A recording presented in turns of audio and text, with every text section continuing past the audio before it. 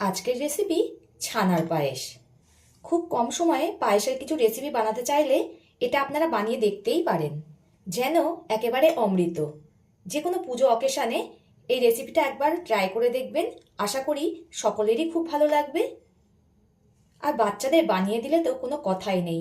নমস্কার বন্ধুরা, আবার নতুন ভিডিও নিয়ে আপনাদের সামনে হাজির হয়েছি। আমার চ্যানেলটা নতুন হয়ে থাকলে চ্যানেলটিকে সাবস্ক্রাইব করে আমার পাশে থাকবেন। চলুন আর কথা না বাড়িয়ে ভিডিওটা শুরু করা যাক। এখানে আমি 200 গ্রাম মতো ছানা নিয়ে নিয়েছি। এই ছানাটাকে আগে থেকেই কাটিয়ে নিয়েছি। এবার ছানাটাকে হাতের সাহায্যে অল্প অল্প করে ঠিক এমনভাবেই ভেঙে নেব। খুব একটা বেশি ভাঙতে হবে না, অল্প অল্প করে এরকমভাবে ভেঙে নিলেই হয়ে যাবে। আমি বাড়িতে গরুর দুধ দিয়ে ছানা কাটিয়ে নিয়েছি, আপনারা চাইলে বাজার থেকেও কিনে আনতে পারেন। যে কোনো মিষ্টির দোকানে ছানা কিনতে পাওয়া যাবে। দেখুন, কথা বলতে বলতে আমার ছানাটাকে তৈরি করা হয়ে গেছে।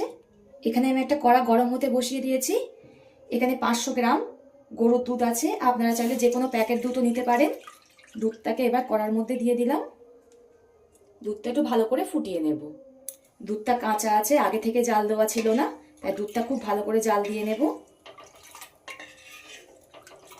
দুধটা একটু মাঝে মধ্যে নেড়ে দিতে হবে, নাহলে কিন্তু তলায় লেগে যাবে।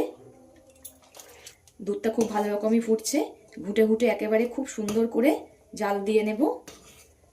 একটু ঘন মতো করে নেব দুধটাকে। দুধ ফোটা অবস্থায় এতে দিয়ে দিতে হবে একটা তেজপাতা আর একটা ছোট এলাচকে মাঝখান থেকে ফাটিয়ে। আবার খুব ভালো করে ঘুটে ঘুটে জাল দিতে হবে। আপনারা এলাচের পরিবর্তে এলাচের গুঁড়োও ব্যবহার করতে পারেন, যার কাছে যেটা থাকবে সেটা দিলেই হয়ে যাবে। দুধটা 10 মিনিট মতো ফুটিয়ে নিয়েছি, দেখুন কত সুন্দর ঘন হয়ে এসছে। এবার এতে দিয়ে দেবো সামান্য একটু লবণ, খুব একটা বেশি লবণ দেওয়ার দরকার নেই। দিয়ে দেবো অল্প করে কিশমিশ। আবারও 5 মিনিট মতো ফুটিয়ে নেব। আবারও 5 মিনিট মতো ফুটিয়ে নিয়েছি। এখানে 50 গ্রাম লাল বাতাসা নিয়েছি, এটা দিয়ে দিলাম। আপনারা চাইলে চিনিও দিতে পারেন, কিন্তু লাল বাতাসা দিলে কালারটা খুব সুন্দর আসবে, ওই জন্য আমি লাল বাতাসা ব্যবহার করলাম।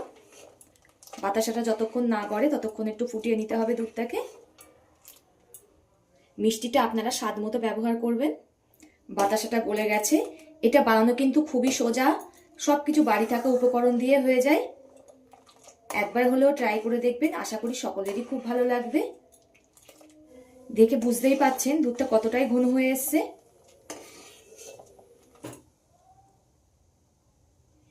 এবার এতে আগে থেকে ম্যাশ করে রাখা ছানাটা দিয়ে দেব। ছানাটা দিয়ে 1 মিনিট মতো ফুটিয়ে নেব, খুব একটা বেশি ফোটাবো না, তাহলে ছানাটা শক্ত হয়ে যাবে আর খেতে খুব একটা ভালো লাগবে না। দেখে হয়তো বুঝতেই পাচ্ছেন কতটা ঘন হয়ে এসছে।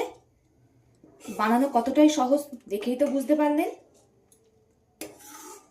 আর খেতে পুরো অমৃতের মতো লাগে, এত দারুণ লাগে খেতে। আপনারা একবার হলেও বাড়িতে ট্রাই করে দেখবেন। এবার আমি এটাকে নামিয়ে নেব। আমার পুরোপুরি হয়ে গেছে। তো ভিডিওটা ভালো লাগলে লাইক ও শেয়ার করে দেবেন, কমেন্ট করে জানাবেন আপনাদের মতামত। পরবর্তী ভিডিওতে আপনাদের সঙ্গে আবার দেখা হচ্ছে।